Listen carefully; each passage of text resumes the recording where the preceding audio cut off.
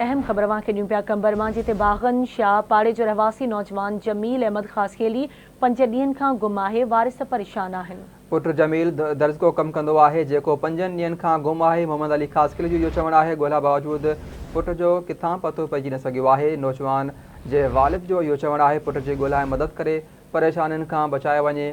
अहम ख़बर आहे कंबर खां बागन शाह पाड़े जो रहवासी नौजवान जमील अहमद खासखेली 5 ॾींहनि खां गुम आहे। वारिस परेशान आहिनि जॾहिं त वालिद जो चवणु आहे त पुट जमील दर्जो कमु कंदो आहे जेको 5 ॾींहनि खां गुम आहे। ॻोल्हा बाद पतो न पियो आहे जॾहिं त पुट जी ॻोल्हा मदद करे परेशानियुनि खां बचायो वञे। वारसनि जो अहिड़ो मुतालबो आहे। अहम ख़बर आहे नाज़रीन कंबर खां बागन शाह पाड़े जो रहवासी नौजवान जमील अहमद खासखेली 5 ॾींहनि खां गुम आहे। वारिस परेशान आहिनि।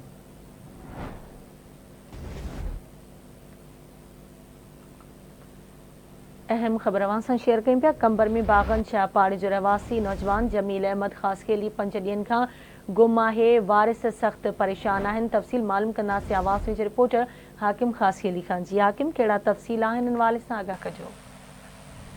हाँ जी, कंबर शहर के बागन शाह मले जो रहवासी है। पोरिया तो 18 साल जो नौजवान है जो जमील अहमद खासखेली यो पुरस्कार तौर पे जो यो गुम थी है 5 ॾींहनि खां गुजरण बावजूद जो को भी दस पतो पइजी न सकियो है। गुम थी वियल नौजवान जो वालिद पोरियत मोहम्मद अली खासखेली जो है वो कंबर के डिस्ट्रिक्ट प्रेस क्लब में पहुची पुट की ॻोल्हा में मदद लाए प्रेस क्लब पहुतो। संदसि जो चवणु हुयो त मुंहिंजो पुट जेको आहे त नौजवान शहर में दर्जको कमु कंदो आहे ऐं पंहिंजे बचड़नि जो पेट पालण जे लाइ गुज़र सफ़र कंदा आहियूं। 5 ॾींहं अॻु मुंहिंजो पुट जेको आहे त उहो राति जो घर खां जेको आहे त उहो शहर ॾांहुं सामान वठण लाइ निकितो जेको हिन वक़्तु ताईं वापसि न अची सघियो आहे। पुट जी ॻोल्हा जे लाइ मिटनि माइटनि ऐं संदसि दोस्तनि वटि बि ॻोल्हा कई आहे ऐं कंबर शहर जे सिटी थाणे ते MC बि दाख़िल कराई आहे पर पुट जी का भी जेकी आहे त दस पतो पइजी न सघियो आहे। संदसि ॻोल्हा में जेको आहे त असां सां मदद कई वञे। घर भाती जेके आहिनि त